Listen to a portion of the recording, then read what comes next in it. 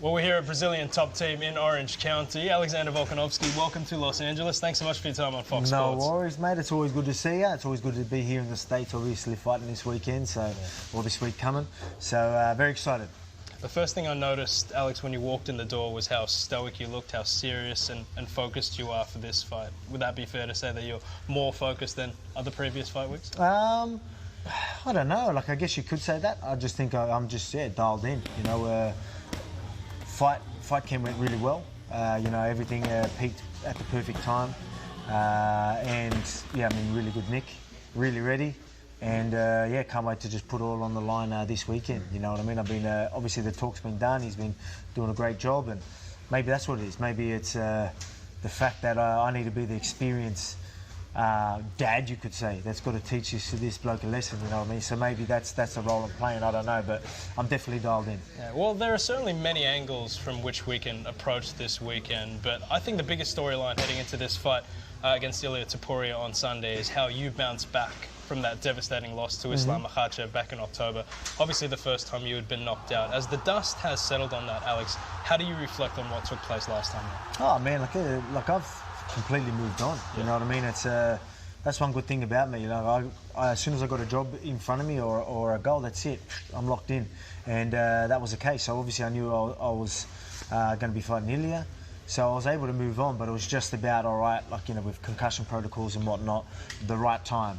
And we thought, yeah, we could have maybe did it in January, but that would have been rushing things.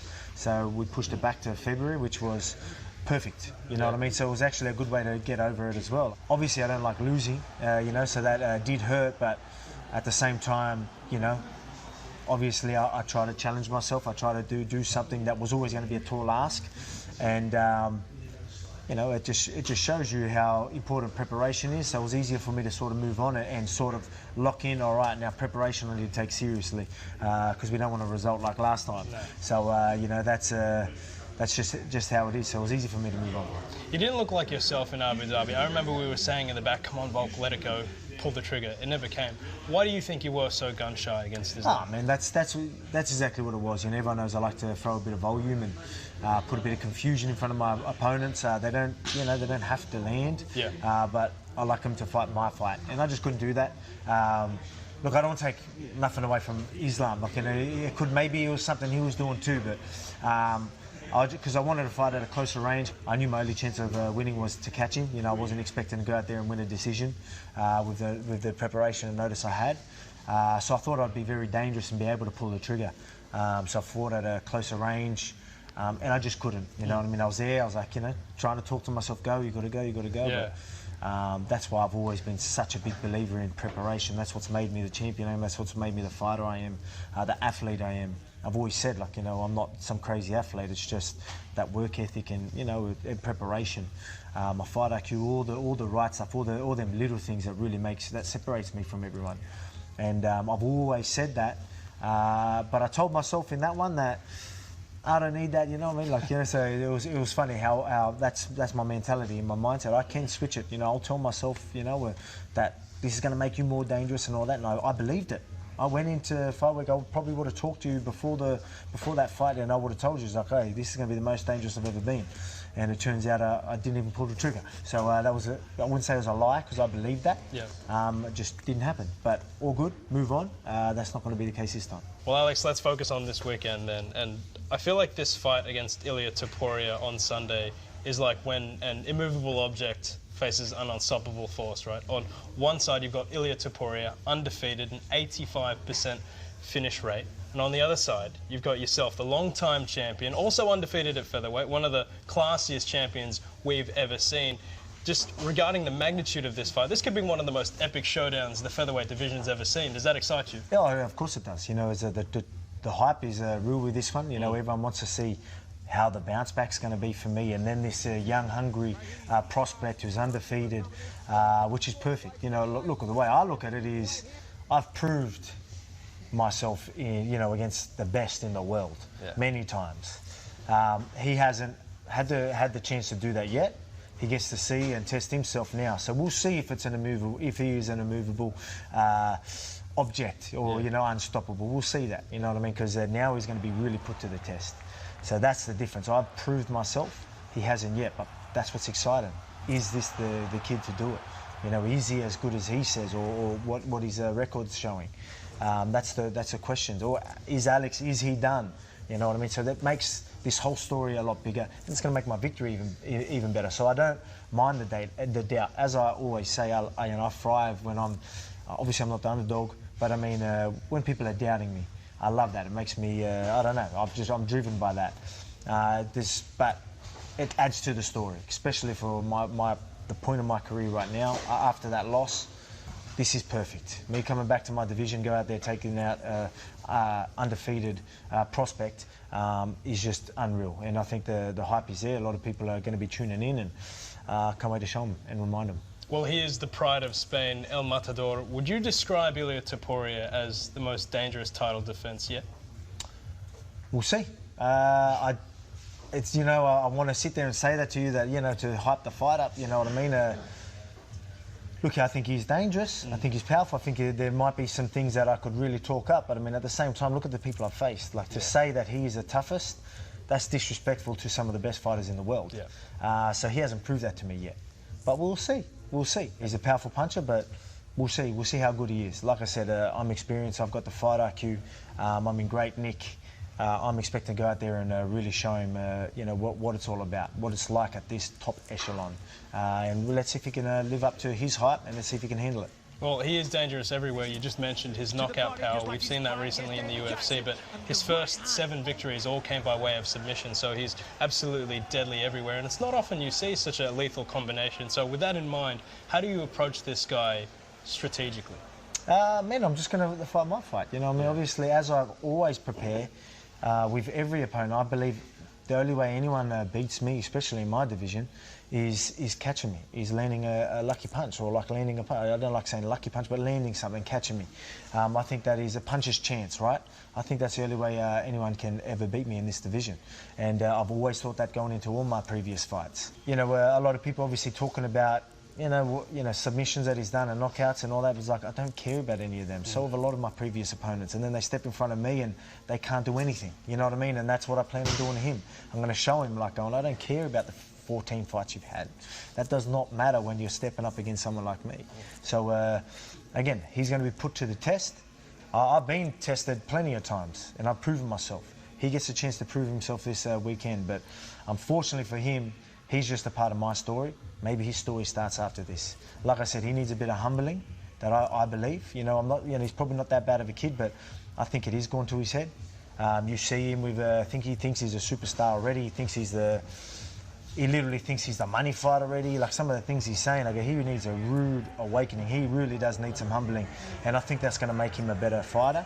I think it'll make him a better human, a better father, you name it. I think it'll just make him an all better person. So I'm going to do the man a favour.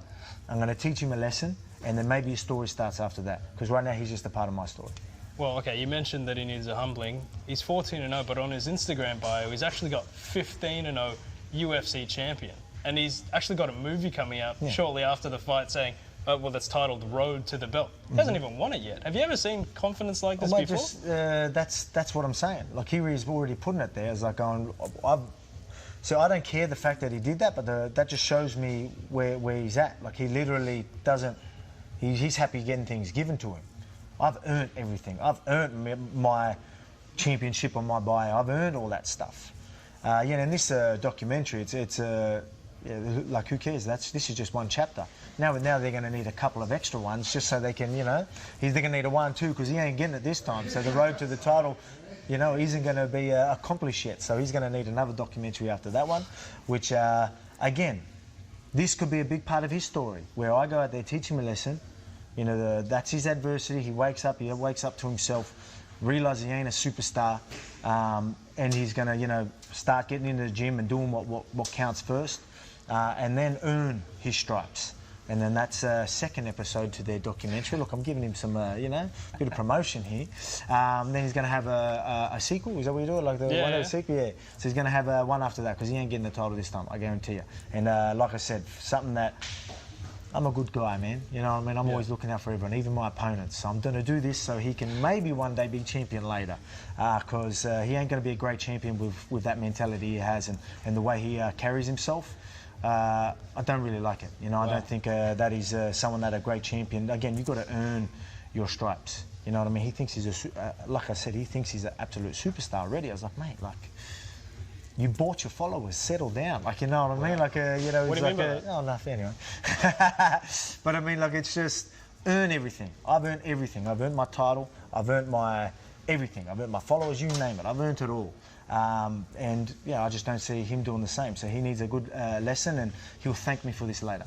Do you feel disrespected by his attitude? Look, man, he's probably playing the game, like, and which is fine. So that's good, I think. But I mean, I just hope that he's just playing the game and he's not really like that. Because if he definitely wants to, say if he's a good kid and he's just playing the game, he's not going about it the right way. I think this is going to mess up. Maybe I'm going to play the game, but I think it's still got into his head.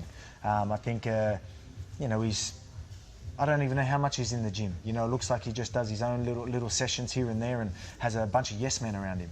So, you know, and he hasn't even got the title yet. You know what I mean? So, like I said, he's going to be the rude awakening. He's going to be taught a lesson. And then I think it's going to be the best thing for him. And he can thank me later. So do you think he's been given the silver spoon treatment, considering that he hasn't earned it, as you say? I don't think I need to say it. I think it's well, I gave it to him.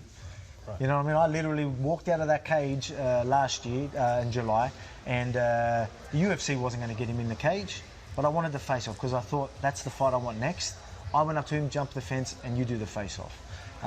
So remember, the UFC didn't want you to do that. I did. I made sure no one else fought you because I wanted to take that zero, because I wanted to teach you a lesson. I wanted to give you that humbling, and I wanted to challenge you. So it's as clear as that. So, but yeah, now he just thinks he's a man, and I'm gonna show him he's not. Yeah, you've been calling out for a #1 contender for as long as you've been champion, and it's not often you see that champion remains the hunter, but I guess that's your mentality. That's how I've always been, man. That's it, literally. I mean, even like I said, there's playing the game, and then you've got things like him saying he doesn't want to fight all the contenders. What do you make of that? Well, what is a great champion is like that. Like I pride myself and I try and be a great champion. You know what I mean? And when my time is done, I'm hoping that there's a great champion after me. And we definitely don't want a champion sitting there not wanting to fight all the top contenders. He wants to move into other divisions and all that. You get what I mean? So he wants to act all confident, yet he doesn't want to. You know, obviously, he needs to fight me. He has to. Yeah. If he wants a belt, there's only one way of getting that, and that's fighting me. So it's easy to be confident and be like, oh, I want to fight this guy and do all this. But you're showing me that you ain't confident. You don't even want to fight the contenders if you get lucky and get that belt. You still don't want to take them challenges. That's just not my mentality, not my mindset. So again, I'm going to change that. This weekend, when I go out there do business, he's going to be, as I told you, taught a lesson. He's going to learn from it. And then one day he's going to want to challenge himself. He's going to bring it on, and he probably will be a fighter that will take on any challenge. Again, he might be able to be a great champion once I teach him a lesson this weekend. What do you make of that Rose promo that he filmed? I mean, it was a bit Bachelor-esque. I know he wants to honour the tradition of the Matadors, but it was a bit strange, wasn't it? It is weird. Like, because I was talking to the guys. I think so. He was born in Germany. I think he's Georgian. Yeah. And lived in Spain, or something like that. So. Yeah, so, but he's just obviously claiming the whole Matador thing. But I don't get it. Like, I thought it was pretty romantic, you know. But yeah, it's a roasting thing for the Matador. I think that's the thing, you know what I mean? But you see a lot of bulls take out their Matadors, you know what I mean, as well. So that's what I plan on doing. And you are the bull this time around? Oh, yeah. I'm still with the young bull, you know what I mean? Young bull in that old man outfit. Yeah. Well, just on that old man outfit, you're not too bad for a promo yourself. Talk us through what happened with Sportsbet there. Oh yeah, that was it was good fun. You know what I mean? It was just something that we brought up, and I go, yep, for sure, let's do it. That's going to be incredible. Yeah, man, everyone knows I'm pretty fun with all this. Obviously, I do all my serious stuff in the gym when I need to. But other than that, you know, I like to have fun. Play around, that's the narrative people want to push. All right, I'll play it, I'll push it with you, so that's fine. You know, everyone's going to bring up stats and all that, and I've proven myself time and time again that stats don't matter with me. You know what I mean? Even with, I think I've seen another stat that says, so there's 15 and 6, so 15 wins from younger fighters in title fights over older fighters. So 15 wins and 6. And 5 in the featherweight division. And 5 of those 6 was me. So I proved that. So there's only been ever one more older champion beating a younger fighter in a title fight. Only one other than me. So the other 6 or other 5 was me. Yeah. So it just shows you that if I wasn't around, that stat would be almost invincible. Well, you can't beat this stat, but I've been beating it the whole time. You're know what showing I mean? that experience counts. Oh, yeah, exactly right. Oh, exactly right. So I mean, with the right person. You know what I mean? For me, I'm a champion. I'm getting older, but I'm more hungrier than these guys. You see him, like I told you, he's been a superstar. He does little FaceTime videos and shoots up and does all that. Like, I know he's trying to play the part, but Yeah. I'm too busy training and all that. I'll try and fit in. I'll do what I got to do. I get it. You got to do the promo work, but I feel like he's doing more of that stuff than actually training. So for me, it's just like, mate, I need to be in the gym. I take it serious. I've got more passion than half the young fellas. So that's why I'm trying to tell them, okay, these numbers don't mean nothing. Maybe with a champion that's getting over the sport and, and if the age thing is, but I think it's more the fact that,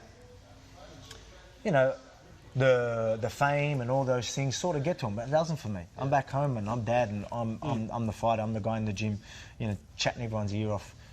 More passionate than ever. That's how I've always been. I'm probably more passionate about this sport now than I was. Find me a champion at this age that's like that. So that's why I believe that. Yeah, that's just a number. Watch this weekend, and then that narrative will be completely blown out of the water. And the narratives of me, is he done and all this is going to be done? The narrative will be, what's next for Alex? There's no point in him fighting that featherweight. Yeah. He's absolutely mauling these guys. He needs to move back up. Just wait and see. Well, you're right. You have remained humble. You've remained in Windang. We were just talking about... That wasn't too humble then, was it? But no, we were just talking to Joe about how you've remained loyal. You've stayed in the town. You haven't moved on to bigger gyms and bigger places. Do you think that certainly helped you in your career? Yeah, for sure, 100%. Like, obviously, I'm lucky enough to be in a position where, certain specific training partners we can bring to us. We can build a camp exactly around us, so the training's there.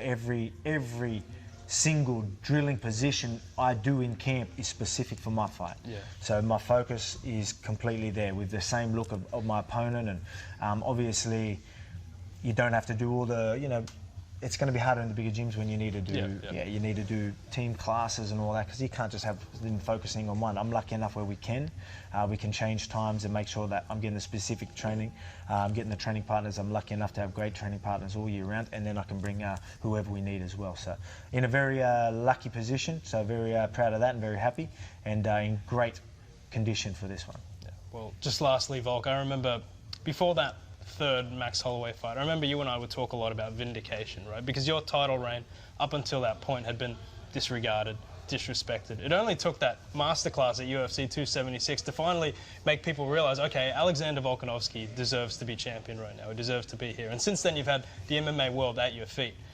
But ever since that loss to Islam, we're starting to see some of that disrespect or some of that doubt creep in, especially against a guy like Ilia.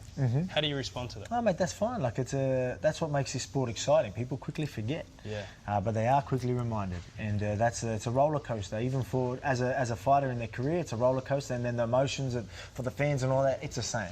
Because literally the day before I fought him, I was invincible, and then obviously I fight on 11 days notice, you know what I mean, and that happens, then all of a sudden I'm a completely different fighter.